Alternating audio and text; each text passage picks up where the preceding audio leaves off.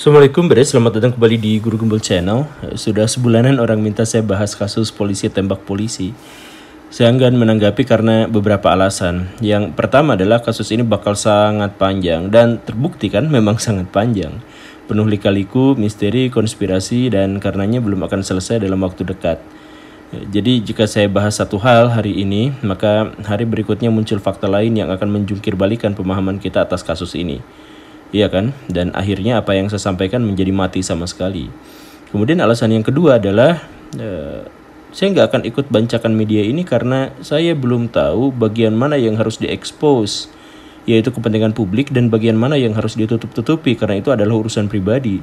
Dan terutama karena kasusnya belum selesai, maka tak akan ada opini yang relevan dalam waktu dekat ini.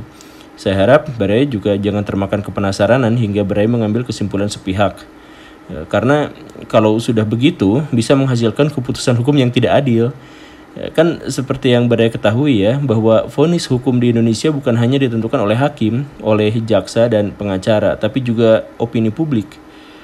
Banyak kasus hukum yang akhirnya keputusan akhirnya ditentukan oleh orang yang demo di depan pengadilan dan komentar netizen. Jadi nikmati saja dulu dramanya, tapi soal pembahasannya saya belum mungkin untuk menyampaikannya. Kalau kita bicara soal konspirasi, ada kemungkinan bahwa apa yang ditampilkan media terkait kasus ini kan adalah pengalih dari realitas kasus itu sesungguhnya, dan atau merupakan hasil kompromi dari penjelasan atas fenomena kekuasaan laten dari para pemangku jabatan.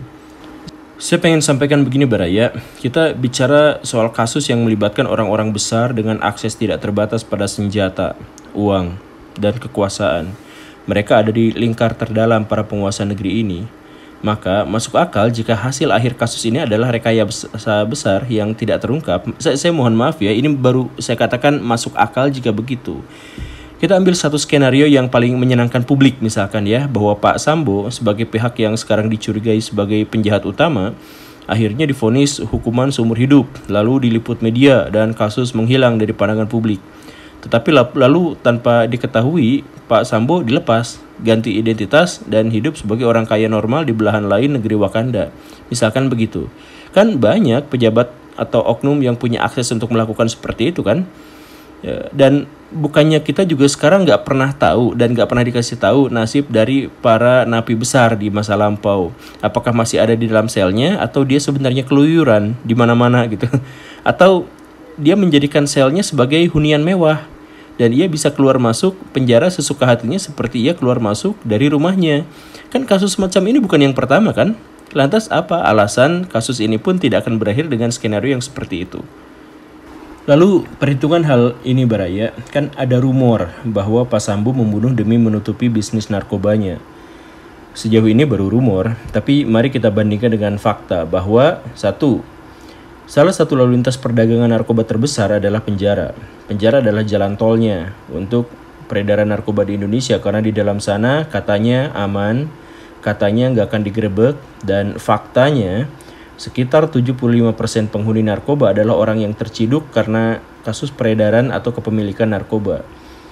Lalu kita sendiri paham bahwa penjara itu adalah tempat mainnya polisi, maka fantasi kita gak akan salah-salah amat jika mengarahkan kesimpulan bahwa peredaran narkoba dikendalikan atau setidaknya difasilitasi oleh oknum polisi.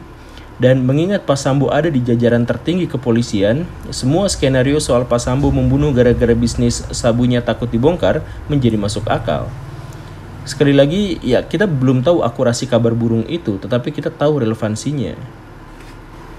Fakta bahwa peredaran narkoba di penjara masih belum mampu diberantas, dan bahwa media hanya sesekali mewartakannya, mengindikasikan bahwa pemberitaan media disesuaikan dengan selera pasar, dan pasar dalam hal ini publik yang sebenarnya tidak tahu apapun tentang kasus ini selain melalui media bisa saja dikelabuhi jika ada niat dari orang-orang yang berkepentingan. Maka mungkinkah kasus ini pada akhirnya ditutup dengan kepuasan publik, di mana ada orang yang disangka jahat, dalam hal ini Pak Sambo, lalu divonis sekian, yang sebenarnya adalah cerita yang menutupi kisah yang lebih besar bahwa vonis itu bohong-bohongan. Yang dimasukkan ke dalam penjara adalah topeng, media, sedangkan orang yang aslinya bisa menikmati fasilitas hidup yang tidak diliput media. Bisa aja nggak seperti itu kan? Tambahan info yang penting, tapi nggak usah ditekankan. Itu adalah institusi polisi selalu masuk jajaran institusi paling korup di Indonesia. Ya, kejar-kejaran sama DPR. Kepercayaan pada polisi menyusut dan mengakibatkan lebih banyak kasus kejahatan yang tidak dilaporkan kepada polisi daripada sebaliknya, karena masyarakat enggan jadi orang yang sudah jatuh tertimpa tangga pula. Ketika itu terjadi, polisi segera minta anggaran yang super besar, yaitu 1 triliun rupiah, dan menjadi instansi dengan permintaan ongkos terbesar sampai tahun 2020.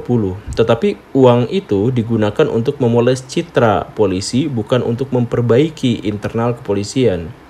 Video-video polisi baik dibuat, beredar di media, beredar di stasiun televisi.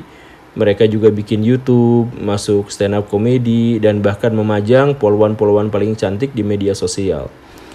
Tindakan terencana ini menaikkan pamor polisi di depan masyarakat dan pada akhirnya juga meningkatkan kepercayaan atas mereka. Tetapi kan ini hanya polisan media. Polisan media ini terencana, tetapi hal dibaliknya tidak terlihat. Dan kalau mereka merogoh kocek 1 triliun hanya untuk moles wajah, apa nggak masuk akal bahwa hasil dari kasus ini pun akan diliput media dengan cara yang paling mereka inginkan? Kan kita nggak tahu.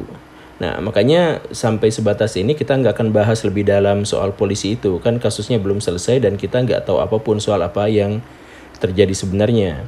Makanya ya kita nikmatin saja kasusnya sebagai sebuah drama sinetron yang sangat-sangat mengharukan dengan hasil akhir yang mengambang dan mungkin saja mind blowing. Terima kasih karena sudah menyimak. Saya Guru Gembul. Assalamualaikum warahmatullahi wabarakatuh.